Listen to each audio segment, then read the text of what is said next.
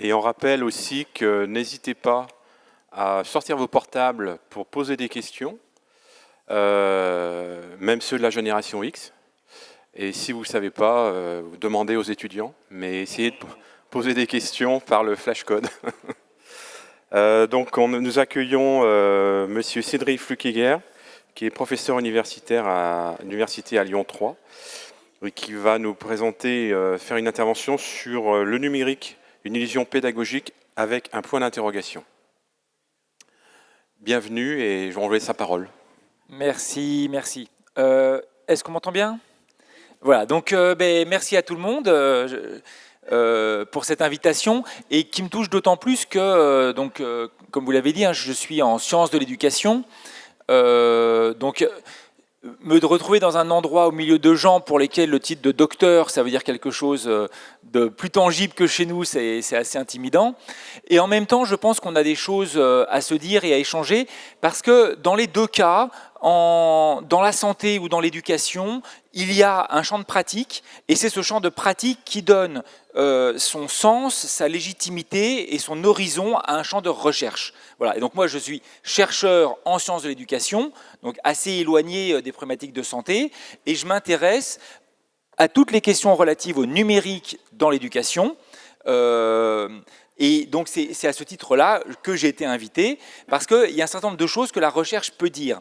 Et effectivement, vous avez souligné à juste titre que j'avais mis un point d'interrogation, parce que, alors attendez, la zapette pour passer la diapo suivante.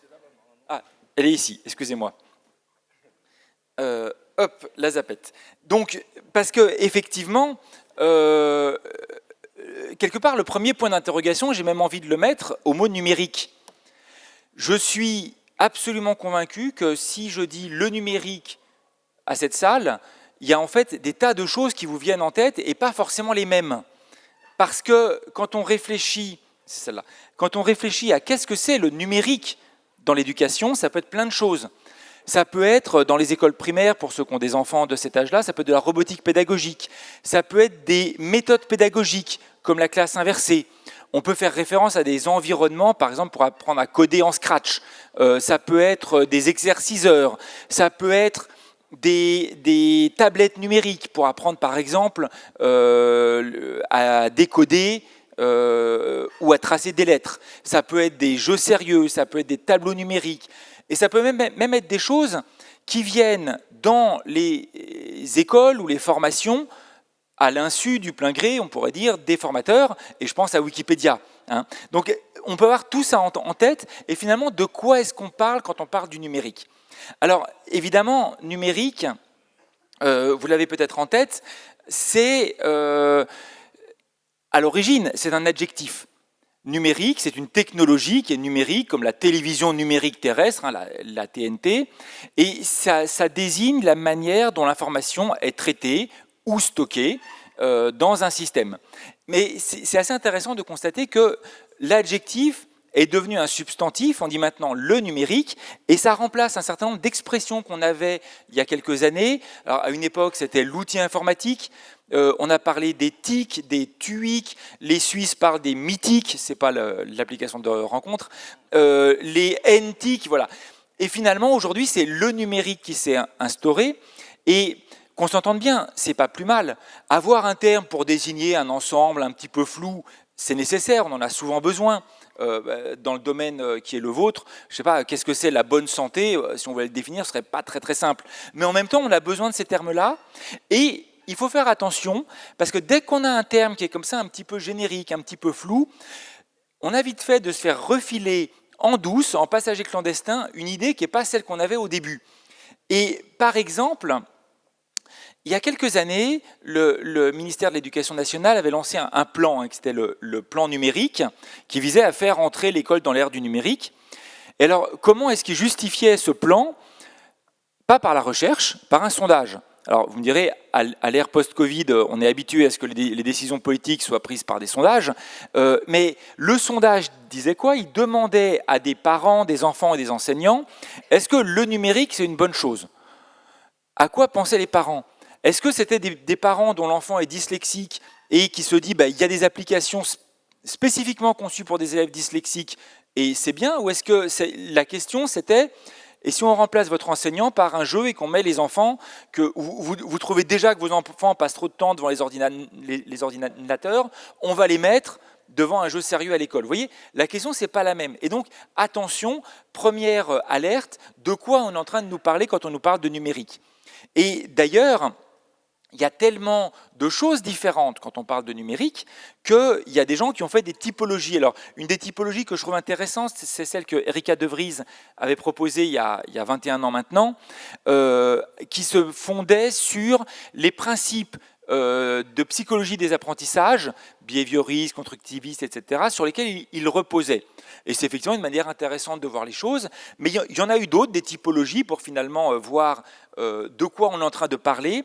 Il y a eu tellement de typologies qu'il y a même des gens qui ont fait une typologie des typologies. Voilà. Est-ce qu'on est des typologies basées sur l'acte d'apprentissage, etc. Donc pour vous dire, c'est pas évident de se retrouver quand on dit le numérique, de quoi on parle, et bien souvent, ça vaut le coup de faire préciser à votre interlocuteur, mais finalement, de quoi tu es en train de me parler, avant de me demander si je trouve ça bien ou pas bien. Et plutôt que de faire une typologie, moi, une manière dont j'aime bien, pour me poser la question de quoi on est en train de parler, c'est de réfléchir, non pas en termes de typologie, mais en termes de grandes oppositions. Est-ce qu'on est en train de parler du numérique comme de l'objet de l'apprentissage ? Il y a des choses qu'on doit apprendre, ne serait-ce qu'utiliser un tableur Excel, il faut apprendre. Ou est-ce que c'est un outil pour apprendre autre chose ? Je voyais sur un stand là-bas des outils de simulation avec des mannequins, etc. Voilà, là on apprend autre chose. On n'est pas en train d'apprendre à utiliser un mannequin. Est-ce que c'est quelque chose qui est fixe ou mobile ? Est-ce que c'est quelque chose qui est utilisé par les apprenants ? Ou par les enseignants, ou alors par les deux. Est-ce que c'est disciplinaire ? Typiquement, les mannequins, vous savez, en dehors du domaine de la santé, ils ne servent à rien. Ou est-ce que c'est quelque chose de générique ? Typiquement, un traitement de texte. C'est utilisé dans tous les domaines d'apprentissage, etc. Oui, c'est-à-dire réfléchir à ces grandes oppositions pour se demander de quoi est-ce qu'on nous parle. Parce que les discours, on en entend dans tous les sens. Et justement, mon intervention, si elle a un sens, c'est de réfléchir aux discours qu'on nous délivre en permanence. Alors, par exemple, voici, donc c'est du coup la deuxième question, un ensemble, est-ce que c'est une illusion pédagogique ? Par exemple, le discours sur les digital natives, les natifs numériques. Alors, je n'étais pas à la conférence ce matin, mais voilà, vous avez eu effectivement des raisonnements en termes de génération X, Y, Z. Bon, je vais en reparler dans quelques minutes. C'est un type de discours qu'on a. Qu'est-ce que la recherche dit sur ça ? Mais aussi, par exemple, tous les discours qui nous disent que finalement le numérique, ça va transformer les écoles, les formations, etc. Donc voilà, par exemple, on a ici un appel à projet qui s'appelait Collège numérique, qui expliquait que le numérique offre à l'école la possibilité de changer les conditions de réussite des élèves, réduire les inégalités, lutter contre l'échec scolaire. C'est quand même des attentes élevées, vous voyez. Et est-ce que vraiment c'est les outils numériques qui vont changer ça ? Que dit la recherche sur ça ? Et puis, vous voyez, le message politique dessous, c'est il n'y a pas besoin de donner des moyens. Les clowns nous ont montré les moyens du ministère de la Santé. Pour l'éducation, c'est un peu la même chose. Et il y a le discours sous-jacent. Il va suffire de mettre des outils, de trouver le bon outil qui résout les problèmes, et il n'y aura plus d'inégalité. Alors, par exemple, voilà un exemple de discours qu'on a régulièrement. Les livres seront bientôt obsolètes dans les écoles. Nos élèves seront instruits par les yeux. Alors, je ne sais pas si vous pensez que cette prédiction se réalisera, mais en tout cas, celui qui l'a formulé, il s'est trompé, puisque c'était il y a plus d'un siècle, et c'était Edison à propos du cinéma. Et chaque nouvelle technologie a engendré le même type d'illusion et le même type de désillusion. Alors, c'est pas pour le numérique en éducation, c'est mon objet d'étude, ça me passionne, je pense qu'il y a des tas de choses formidables, donc je ne dis pas que tout est à jeter, mais enfin, il faut aussi garder un petit peu de lucidité par rapport aux promesses.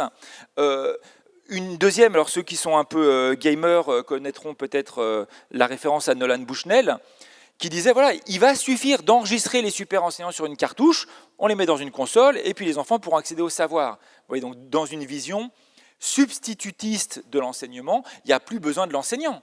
Voilà. On avait la même chose avec le gramophone avant. Il suffisait d'enregistrer les profs au Collège de France et on passe le disque aux enfants et puis ça marchera beaucoup mieux que les enseignants qui sont ce qu'ils sont. Hein. On est ce qu'on est. Bon. Donc on a en permanence ces discours qui sont régulièrement démentis par la recherche. Et une des questions qu'on peut se poser, c'est pourquoi ? Pourquoi ces discours perdurent ? Pourquoi on n'arrive pas à faire entendre que ce n'est pas si simple que ça ? Alors, pour moi, il y a plusieurs raisons pour lesquelles à la fois les médias, les institutions scolaires, universitaires, probablement aussi les ministères de la Santé qui vous concernent, pourquoi est-ce qu'ils continuent à produire de tels discours en permanence ? Je vois 4 raisons principales. Déjà, les marchands. Alors, ce n'est pas pour dire du mal des collègues qui ont des stands là-bas, mais vous allez dans n'importe quel congrès, que ce soit en sciences de l'éducation ou en médecine, et vous avez des gens qui viennent vous vendre des choses. Alors, il y a des choses qui sont formidables, qui marchent très bien, mais vous avez aussi des grosses compagnies. Si on met des iPads dans toutes les écoles, Apple, c'est un marché pas tout à fait négligeable pour eux. Et donc, est-ce que les promesses, elles sont basées sur des études ? Est-ce qu'on a des raisons de penser que c'est bien ? Ou est-ce que c'est des promesses commerciales ? Bon, effectivement, encore une fois, je ne dis pas que tout est acheté. Au contraire, vous allez voir tout à l'heure, je pense qu'il y a des choses formidables. Mais en tout cas, qu'on ait là aussi un petit peu d'esprit critique. Deuxième raison, les ingénieurs. Alors, je le dis d'autant plus tranquillement que je suis moi-même un ancien ingénieur. Je travaille dans le domaine de la visioconférence. Je travaille à Orange pour faire de la pub pour mon ancien employeur. Et si vous voulez, quand on est ingénieur, on fait des choses qu'on trouve formidables. On faisait des systèmes de visioconférence. Alors, c'était avant Zoom, etc. C'était il y a plus de 15 ans maintenant. Voilà, y compris ce que vous voyez en bas, là, c'est un mur de téléprésence qu'on avait fait. Des trucs absolument formidables. Quand on est ingénieur, on y croit à ce qu'on fait. On pense que ça a un pouvoir transformatif, sinon on n'y passerait pas toutes nos journées, notre énergie, etc. Et donc, les ingénieurs produisent un discours déterministe, un petit peu malgré eux, mais ce n'est pas parce que l'ingénieur pense que ça ne va pas marcher que les gens l'utilisent. Un exemple pour le domaine de la visioconférence, on a tous dans notre poche un outil formidable qui fait de la visioconférence, et pourtant 99% de nos appels sont encore en voix. Oui, ce n'est pas la technique qui fait les usages, ce sont les besoins. Et donc, ce qui est intéressant, c'est à quoi ça correspond, et si on prend pour le domaine de la formation, qu'est-ce qu'on va pouvoir en faire en formation ? Les innovateurs pédagogiques.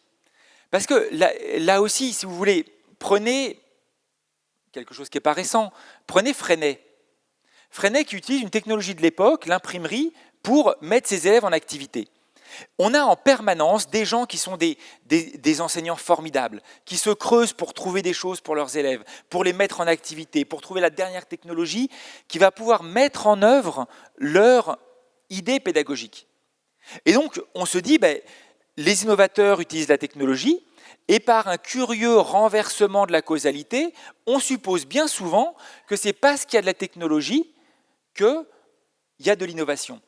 Or, c'est bien souvent l'inverse.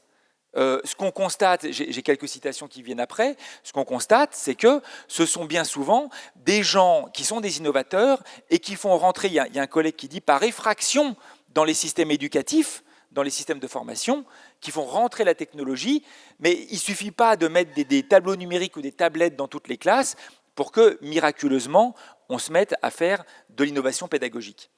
Et puis, il y a les chercheurs, et vous voyez, je ne m'épargne pas, parce que très souvent, les appels à projets sur lesquels les chercheurs se positionnent sont formulés dans ces termes-là, ce qui est bien normal. Les décideurs, on avait été sollicité à Lille par à la fois la ville de Lille et puis des inspecteurs qui nous demandaient, on est en train de mettre des tableaux numériques dans les classes, est-ce que c'est utile ? Et je les comprends.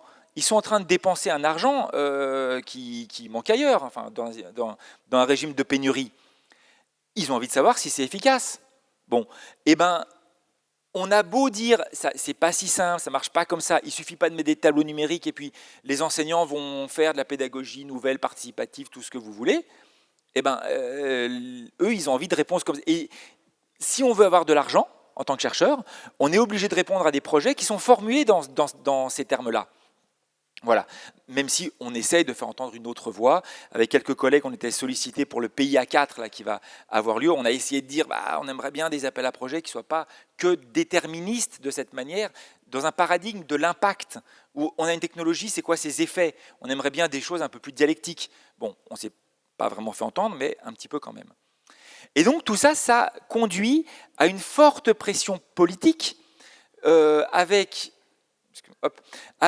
comme dit mon collègue de Quetelet, des responsables politiques qui se sentent obligés de légitimer leurs décisions devant les médias, devant les organisations internationales, devant l'opinion publique, en disant on veut la preuve que ça marche. Voilà. Et ce truc-là, c'est pas si simple. Parce que qu'est-ce que dit la recherche? Je passe à la deuxième partie de mon exposé. Que dit la recherche quand elle essaye de montrer est-ce que ça marche pas, un peu, beaucoup, passionnément? Bon, déjà, je reviens sur cette histoire des natifs numériques. Donc, cette idée, c'est une idée qui vient de Prensky en 2001, qui a publié un article, Digital Native, Digital Immigrants, qui est vraiment une métaphore américaine. Enfin, on ne la comprend pas quand on n'est pas américain. C'est-à-dire que c'est la métaphore entre les natifs qui sont nés en Amérique, donc les Native Americans, les Indiens, comme on dit ici, et puis les immigrants. En disant, il y a un changement qui a eu lieu, c'est drastique, il y a des nouvelles manières d'être, d'apprendre, etc., qui se sont développées, et ce sont, du coup, il y a ceux qui sont nés dedans, et puis les anciens, comme nous, qui ont dû immigrer à ce monde-là. Si on regarde cet article-là, c'est un article qui ne repose sur strictement aucune donnée empirique. Il n'y a aucune caractéristique, il n'y a aucune étude, aucune recherche qui est faite pour dire voilà ce qu'on peut dire, voilà comment on se caractérise, c'est de l'opinion. Et très souvent, les discours générationnels comme ça sont des discours d'opinion. Ça ne veut pas dire qu'elles sont fausses, on peut avoir juste sur une opinion, mais voilà, la recherche ne voit pas de différence qualitative ou quantitative de manière d'être entre les générations d'avant 2001 et après 2001. Et puis surtout, 2001, vous voyez, 2001, Prensky parle des étudiants en 2001. Les étudiants de 2001, ils ont quel âge aujourd'hui? Vous voyez, c'est-à-dire que quand on nous parle des natifs numériques, on nous parle des parents des élèves d'aujourd'hui. Et puis, ils étaient dans un monde où le numérique était déjà là. Alors, c'est vrai, le numérique s'est développé à toute vitesse. Quand on prend les technologies anciennes, les réfrigérateurs, les machines à laver, les automobiles, ce que les sociologues qui étudient la diffusion des technologies ont comme indicateur souvent, c'est en combien de temps on passe de 10% à 20%. Parce que 10%, c'est ce qu'on appelle les early adopters, donc les geeks, ceux qui aiment la nouveauté, qui ont les moyens en plus, et 20%, ça devient un marché de masse. On mettait classiquement 8, 9, 10, 12 ans pour passer de 10 à 20% sur tous ces produits-là. Tous les produits récents, rappelez-vous les téléphones portables qui nous ont équipés là, au tournant des années 2000, en 2 ans, on a tous eu un portable. Les appareils photo numériques, voilà. Les choses se sont développées très très vite. Donc l'idée d'une révolution, elle n'est pas fausse. Mais sauf qu'il y a des tas d'outils qui sont développés après. Regardez de quand date un certain nombre des outils qui nous semblent pourtant là, installés. Vous voyez, Twitter 2006. On se demande comment Trump aurait pu gouverner les États-Unis sans Twitter. Bon, ça date de 2006. C'est-à-dire qu'en permanence, il y a de la nouveauté. Même les jeunes doivent s'adapter à des choses nouvelles qui sortent. Regardez TikTok, il y a encore 5 ans, personne n'en parlait. Bon, donc en permanence, il y a des choses nouvelles. Et nous, comme les plus jeunes, on doit s'y adapter. Et d'ailleurs, alors je vais pas vous détailler toutes les statistiques, là je vous les passe très, très brièvement, mais si on va voir les gens qui étudient l'équipement et les usages des Français, donc là j'ai pris le smartphone, on voit effectivement que le facteur le plus différenciant, c'est celui qui est en haut à gauche, c'est l'âge. Plus que le milieu social, plus que le niveau d'études, plus que etc. Mais on prend les 60-69 ans, qui ne sont pas spécialement des jeunes, je m'excuse pour ceux qui sont dans cette tranche-là aujourd'hui, mais ils sont équipés à plus de la moitié. C'est-à-dire que, vous voyez, il n'y a pas ceux qui sont dedans et ceux qui ne sont pas dedans. C'est une manière de voir les choses qui ne repose pas sur les données dont on dispose. Une manière plus intéressante de voir les choses, là aussi je vais aller très vite, c'est peut-être une incitation à aller voir plus loin si vous avez envie après, mais une manière que je trouve intéressante de voir les choses, c'est celle qui est faite depuis des années, donc le dessin là il date de 2007, mais ils en ont refait depuis en 2017, du ministère de la Culture, une équipe autour de Olivier Donat, qui essaie de regarder les pratiques culturelles en fonction de trois choses. L'époque, il y a des choses qui changent, il y a des outils nouveaux qui apparaissent, il y a des pratiques nouvelles qui se développent. L'âge, on ne fait pas la même chose à 20 ans et à 40 ans. Et puis la génération. Il y a des phénomènes générationnels qui sont liés à une génération. Par exemple, typiquement, dans le domaine politique, la génération qui a eu une vingtaine d'années en mai 68 a statistiquement plus voté à gauche que les générations précédentes et les générations suivantes. Et c'est un truc qui s'est décalé dans le temps, vous voyez, avec cette génération. Donc il y a ces trois éléments en interrelation. Et quand on regarde une pratique culturelle, alors ici par exemple c'est la lecture tous les jours ou presque. On voit qu'on a une classique courbe en S, qu'on a très souvent en sociologie, les jeunes lisent moins, les vieux lisent plus. D'accord ? Mais est-ce que les jeunes lisent moins parce qu'ils sont jeunes et ils liront plus après, ou est-ce qu'ils lisent moins parce que c'est une génération qui lit moins ? Vous voyez, est-ce que c'est l'époque qui a changé ? Bon.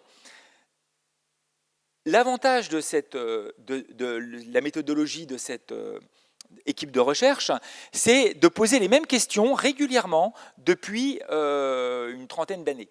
Et donc, on sait ce que faisaient les gens sur les mêmes questions il y a 10 ans, 20 ans, 30 ans. Et qu'est-ce qu'on voit ? Donc, si on superpose les courbes, on sait ce que répondait la même génération, mais pas quand ils ont 60 ans maintenant, mais quand ils en avaient 40, quand ils en avaient 30. On voit que les pratiques de lecture, c'est plutôt un effet générationnel. C'est-à-dire que les pratiques de lecture qu'on acquiert à 20 ans, on a tendance à les conserver. Alors un peu plus, un peu moins, ça, oui, il peut y avoir des petites choses qui changent. Ce n'est pas une bonne nouvelle pour les marchands de livres et pour les auteurs. Voilà, et peut-être pour la société en général, on pourra en discuter. Et si on regarde sur différentes pratiques culturelles, par exemple, écouter de la musique tous les jours, ou presque. On a un effet de génération pure. Chaque génération écoute plus de musique enregistrée que les précédentes. Voilà. Et ça reste assez stable. Avec ceci dit, quelque chose qui a changé avec l'époque, vous voyez, tout le monde monte dans la dernière décennie. Vous voyez, toutes les courbes, tac, dans la dernière décennie, y remontent. Il y a quelque chose qui a changé dans notre environnement culturel qui fait que tout le monde écoute plus de musique. Enregistrée, il distingue. Par opposition au concert, évidemment. Jouer aux jeux vidéo, ben là aussi, ça reste relativement stable. Bon, il y a une génération qui est un peu, qui est celle qui a grandi avec les jeux vidéo, qui se sont mis à y jouer un peu plus. Mais il y en a d'autres, c'est pas la même chose. Aller au cinéma, c'est un effet d'âge pratiquement pur. Et typiquement, on va au cinéma avant d'avoir des enfants. Quand on a des enfants, ça chute drastiquement, et puis ça se stabilise. Voilà. Alors ça, oui, c'est une moyenne statistique, hein, évidemment. La télévision, on a là aussi un effet d'âge, mais qui se conjugue avec un petit effet générationnel. C'est-à-dire que regarder la télévision, ça monte avec l'âge, mais les générations avaient tendance à regarder aussi un peu plus que les précédents. Sauf le petit point, et c'est là, vous voyez, je relativise le discours sur les générations, mais je ne dis pas qu'il est entièrement faux. On a effectivement quelque chose de très différent. La dernière génération regarde beaucoup moins l'écran de télévision, et on sait tous pourquoi. C'est parce qu'il y a d'autres écrans qui sont venus concurrencer l'écran de télévision. Hein. Donc, effectivement, sur cet aspect-là, on a quelque chose d'une génération actuelle qui fait quelque chose quand même de sensiblement, quantitativement différent des générations précédentes. Et puis, il y a d'autres choses qui changent quand même. Mais qui changent, on sait qu'elles changent, mais quels seront les effets ? Et bien ça, la recherche n'est pas encore très très sûre de quels seront les effets. Mais il y a une chose qui a changé, c'est l'abondance d'informations. Je rappelais la bibliothèque des papes en Avignon, qui était la plus grande bibliothèque d'Europe occidentale. Heureusement pour nous qu'une partie de la culture antique est passée par le monde arabe pour nous revenir après. Mais c'était celle des papes en Avignon, donc 2059 volumes au XIVe siècle. 2059 volumes dans le moindre centre de formation aujourd'hui, il y a plus de livres. Et évidemment, dans notre ordinateur et notre smartphone, il y a infiniment plus d'informations. Et de la même manière que l'imprimerie a changé des choses dans la société, par exemple, a changé la figure du savant. On est passé du savant qui devait apprendre, parce que les livres n'étaient pas disponibles, à des savants qui devaient savoir retrouver l'information dans des livres qui étaient disponibles. Par exemple, des gens qui savent citer des chapitres entiers de la Bible ou du Coran, ça a disparu, en tout cas, avec l'arrivée des livres, ça a beaucoup reculé. Bon. Donc, quel effet ça va avoir sur nos capacités de mémorisation, nos capacités cognitives, nos besoins, d'avoir en permanence un outil où, quand je suis devant Netflix, je me dis, c'est qui cet acteur? Je l'ai vu dans une autre série. Et au lieu de faire appel à ma mémoire, je vais immédiatement chercher dans mon téléphone. Ça va avoir des effets. De la même manière que le fait d'avoir notre répertoire dans notre téléphone et de ne plus avoir à faire les numéros, de combien de numéros de téléphone êtes-vous capable de vous souvenir aujourd'hui? Personnellement, je me souviens encore du numéro de mes parents il y a plus de 25 ans. Je suis incapable de retenir le numéro de ma compagne aujourd'hui. Je n'y arrive pas. Voilà. Donc, vous voyez, il y a des choses qui changent, mais attention au discours un petit peu pressé qui nous dirait déjà ce qui va changer. Attendons ce que dit la recherche, on peut faire des suppositions, des hypothèses, mais personnellement, je me garderais de faire des affirmations trop nettes. Alors, est-ce que le numérique change la formation ou l'éducation en général? Très bien. La recherche dit que ce n'est pas si net. Et alors, je vais vous passer très vite un certain nombre de citations, mais c'est pour faire sérieux que j'ai mis des citations avec un petit effet d'accumulation. Mais en gros, là, il y a un consensus à peu près unanime. Les innovations pédagogiques, vraiment pédagogiques, elles restent marginales. Elles dépendent d'individus, justement des innovateurs, des gens passionnés qui l'apportent autour d'eux. Mais pour la diffuser, c'est une autre affaire. C'est ce que disait aussi Charlier, qui dit, alors elle parlait des MOOC. Il y a une dizaine d'années, on nous parlait des MOOC sans arrêt, on nous disait que ça va remettre en cause complètement le rapport au savoir, etc. Bon, en fait, pas du tout. On reste dans un environnement très transmissif, très basé sur la vidéo, avec un petit peu de collaboratif quand on y arrive, mais c'est quand même pas ça. Voilà. Et finalement, la forme très transmissive, elle reste dominante. C'est ce que disent aussi Villemontex et Béziat, qui eux disent qu'il y a des discours marketing qui nous disent que le tableau numérique interactif va changer les choses dans les classes. En fait, au contraire, ça renforce même des formes magistrales d'enseignement. Oui, vous donnez aux enseignants un merveilleux outil pour faire un enseignement frontal. Ils l'utilisent. Et on voit diminuer, quand il y a des tableaux numériques dans les classes, on voit diminuer le travail en petits groupes, on voit diminuer les formes plus collaboratives, plus participatives. Voilà. Donc vous voyez, l'innovation technologique n'entraîne pas nécessairement une innovation pédagogique, et même parfois, elle la fait régresser. Parfois, encore une fois, il y a des innovateurs qui font appel à la technologie et qui font des choses absolument passionnantes. Bon, je vous passe celle-là pour ne pas être trop long, je vous passe celle-ci aussi. Bon. Une autre question qui me tient à cœur. On nous demande souvent, mais est-ce que c'est efficace? C'est même le cas du Conseil scientifique de l'éducation nationale qui, pendant le confinement, a publié un document qui dit qu'il faut faire comme en médecine, il faut faire de la recherche translationnelle, il faut que les chercheurs valident des outils et que ces outils, on les diffuse dans les classes ensuite, avec une idée que ça pourrait marcher comme ça. Alors, déjà, est-ce que c'est efficace? La première question que j'ai envie de demander, c'est selon quels critères? Est-ce qu'on est d'accord sur les critères? Par exemple, je m'adresse à ceux qui sont responsables de centres de formation.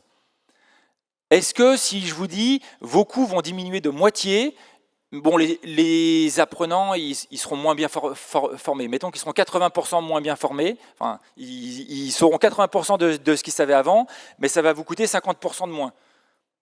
D'un point de vue comptable, c'est efficace. Est-ce que c'est ça qu'on veut? Est-ce que efficace, c'est avoir 10% des élèves qui font des super études, qui développent la high-tech et qui ont des prix Nobel, et puis les autres qui abandonnent en cours de chemin, ou amener le maximum de gens le plus haut possible? L'efficacité, ce sont des critères qui peuvent être politiques, qui peuvent être éthiques, moraux, mais ce n'est pas aux scientifiques de dire qu'est-ce qui est efficace. Oui, bon.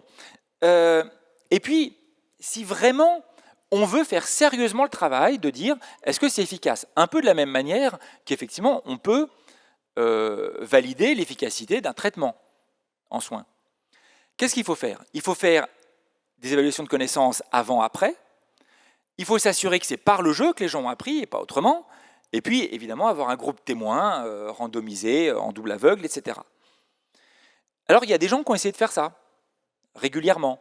Par exemple, des gens qui ont fait jouer des élèves 15 heures par semaine, je ne sais pas comment ils ne sont pas morts, pendant 6 semaines à SimCity. Résultat, ils ont appris des choses en urbanisme, quelques notions. C'est pas nul, ils ont appris. Est-ce que c'est efficace? Et efficace par rapport à quoi? Par rapport à des élèves qui ont joué au foot? Oui, ils ont sans doute appris plus en urbanisme que ceux qui ont joué au foot. Par rapport à des élèves qui auraient eu des cours d'urbanisme, donc, oui, comparer l'efficacité, c'est par rapport à quoi? Et il y a des domaines, typiquement le domaine de la simulation. Je parlais des mannequins tout à l'heure. Mais la simulation, quelque part, quand on n'est pas face à un vrai malade, ou je pense à un pilote d'avion qui ne crache pas un Airbus, bon, oui, on a plutôt envie qu'il est... Voilà. Mais il y a tout un tas de domaines où on n'est pas du tout capable de dire si c'est efficace ou pas. Et régulièrement, les études disent... on n'arrive pas à dire si c'est efficace. Livingstone en Angleterre qui dit, sur la base d'études anglaises, « Convincing evidence of improved learning outcomes remains surprisingly elusive ». On n'y arrive pas. Et on n'y arrive pas pour plusieurs raisons. Déjà parce que quelque chose marche en laboratoire, déjà, ce n'est pas facile à prouver. Mais encore, on peut arriver à montrer qu'il y a un petit effet...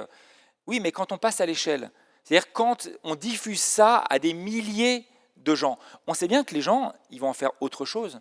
Ils vont pas faire. Personne n'applique une méthode pédagogique ou un outil pédagogique comme une recette de cuisine.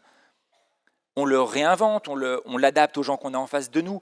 Et donc, c'est y compris des gens qui plaident pour qu'on fasse des études randomisées, etc.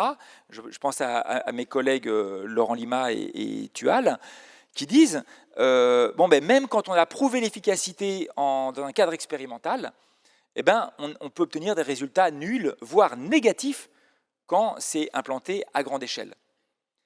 Et puis, si vous voulez, il y a tellement de facteurs. Je prends un exemple. Pendant des années, aux États-Unis, il y a eu un programme éducatif qui s'appelait Sesame Street. Alors, si vous voulez la référence, c'est Éric Bruyard, mon ancien directeur de thèse, qui a fait un article en 2020 sur ce programme télévisé. Sesame Street était un programme pédagogique qui visait à réduire les inégalités sociales aux États-Unis et notamment, gros problème qu'ils ont, c'est les inégalités liées aux communautés, aux races, enfin, on sait que ça n'existe pas, enfin bref, c'est comme ça que eux l'appellent.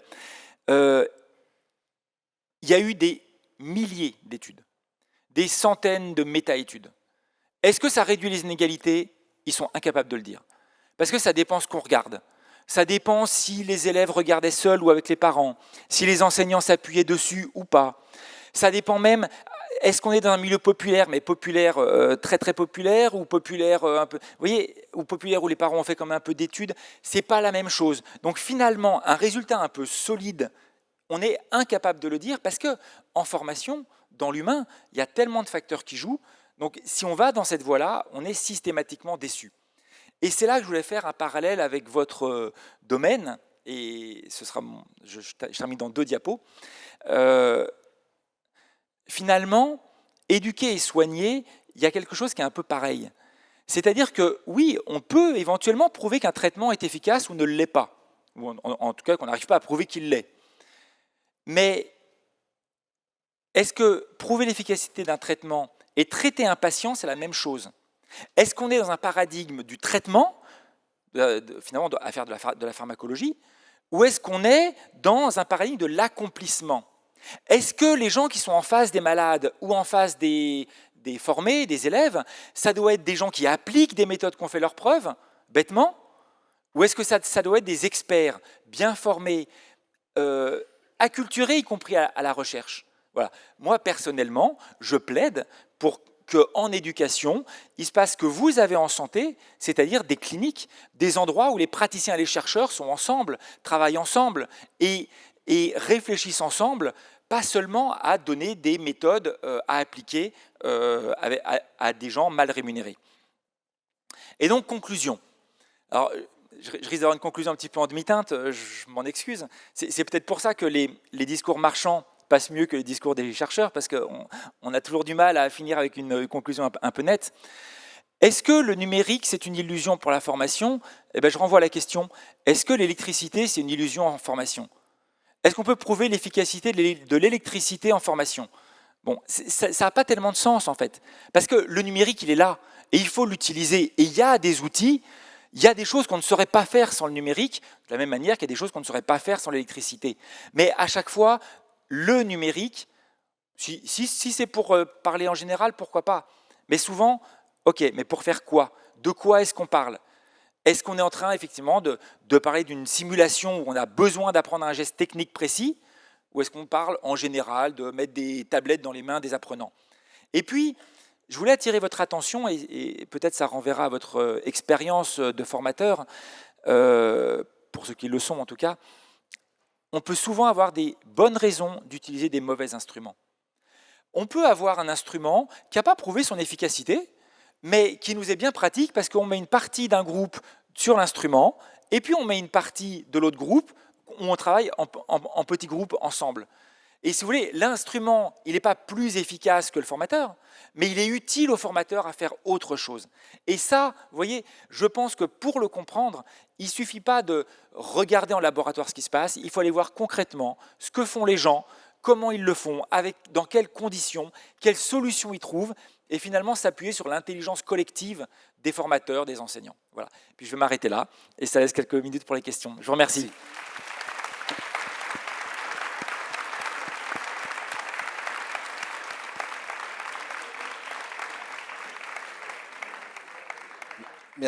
Merci, parce que c'est dans le prolongement de ce qu'on a pu voir ce matin avec Christelle Lisan. Je pense que vous allez nous faire des grandes économies, tous les deux, pour les IFSI. Alors, nos amis marchands, on verra bien, mais voilà. La première question qui vient de l'Assemblée, c'est que développer dans les IFSI pour les capter, c'est-à-dire capter les étudiants, l'escape game ou la simulation santé? Je crois que vous avez abordé à un moment donné entre l'escape game et la simulation, qu'est-ce que réellement, sur quoi on peut nous pencher? Est-ce que plutôt escape game pour nos étudiants ou plutôt la simulation santé? Alors, déjà à propos des marchands, je ne veux pas me faire taper à la sortie. Donc, non, c'est quand même pour préciser. Justement, il y a des choses formidables qui se font.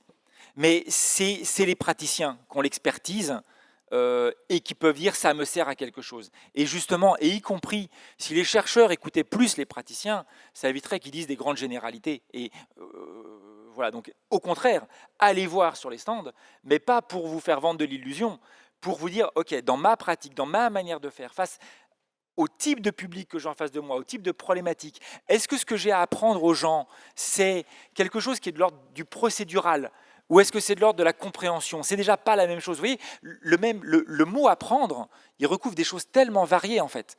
Donc j'ai besoin pourquoi, pour faire quoi?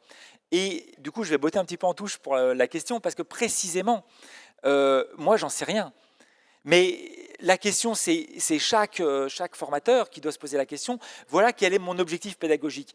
Mais c'est-à-dire ne jamais oublier que l'outil est au service d'une démarche pédagogique et pas le contraire. Et pas penser que parce qu'on va faire un escape game, alors ce sera plus actif, plus etc. Oui, je fais juste une parenthèse. Mais même l'idée, être actif, un apprenant actif, alors ça on l'entend partout, les apprenants doivent être actifs. Mais être actif, ça veut dire quoi? Ça veut dire bouger, comme en éducation physique et sportive? On peut être actif et être assis sur une chaise. Oui, on peut avoir un discours et que les gens soient actifs intellectuellement. Donc voilà, donc c'est vraiment partir des problèmes pédagogiques. Et donc je botte complètement en touche. Je ne réponds. On a une question qui concerne la jeune génération d'étudiants. Alors, selon vous, qu'est-ce qui explique que cette génération qui est née avec le numérique ne soit pas forcément pertinent et efficace dans la recherche de bonnes informations dans le cadre de leurs études? Alors ça effectivement, c'est... Bon, pour tenir dans 35, j'ai réussi à faire 35. Pour tenir dans 35 minutes, il y a des choses que j'aurais adoré vous raconter et puis que j'ai pas inclus. Mais il y a une idée qui est très répandue et qui est fausse, qui est que qu'on transfère facilement nos compétences. Oui, même l'idée de compétence, il y a l'idée derrière, même la notion de compétence transversale. Bon. En vrai, ça arrive, il y a des choses qui se transfèrent bien, mais il y a des choses qui ne se transfèrent pas du tout. Par exemple, contrairement à ce qu'on croit souvent, un bon joueur d'échecs n'est pas forcément un bon stratège militaire, et réciproquement. Alors, il y a parfois des généraux qui adorent les échecs et ils sont forts dans les deux, oui, mais ce n'est pas parce qu'on est fort dans l'un qu'on est fort dans... Un bon joueur de poker n'a pas une bonne mémoire en dehors du poker. Statistiquement, ce n'est pas du tout vrai. Bon. Et du coup, je suis parti sur... J'ai oublié la question. Je suis désolé. Oui. Donc, et particulièrement, les jeunes utilisent effectivement plus le numérique que ce que nous, on utilisait à l'époque, pas forcément beaucoup plus que nous aujourd'hui. Enfin, oui, là aussi, il y a des idées reçues. Quand on a 40, 50 ans, on n'utilise pas forcément moins le numérique que les jeunes. Mais ils font des choses qui ne sont pas ce qu'on nous demande dans un milieu professionnel. Par exemple, envoyer un email, c'est pas du tout la même chose que chatter sur un réseau social. Et on se retrouve aujourd'hui avec des gens en formation qui des fois nous envoient des mails complètement qui ne respectent pas ce qu'on pourrait attendre en termes de format, en termes de formule de politesse. Bon. Et souvent, justement, on a tendance à interpréter ça en termes d'écart à une norme. Mais nous, il faut bien qu'on se dise, c'est pas pour l'accepter, mais c'est pour dire notre rôle de formateur, c'est aussi de considérer qu'ils ne l'ont pas appris. Et c'est pas parce qu'ils font des choses en dehors qu'ils comprennent les principes sous-jacents. Le niveau de culture technique numérique des jeunes est très faible, en fait. En général, il y a des hackers, il y a des jeunes qui sont passionnés, il y en a. Mais en général, quand par exemple on interroge des élèves sur leur pratique numérique, le vocabulaire spécifique est très très faible. Même des mots qui nous semblent communs ne le sont pas forcément pour eux. Donc en fait c'est normal, arriver en domaine de formation, ce n'est pas les mêmes choses, ce n'est pas les mêmes attentes, et c'est normal qu'il faut leur apprendre. Et ça devrait être inclus dans les formations. Merci beaucoup. Merci. Bon. Écoutez, je vous remercie. Désolé d'avoir été long dans les réponses.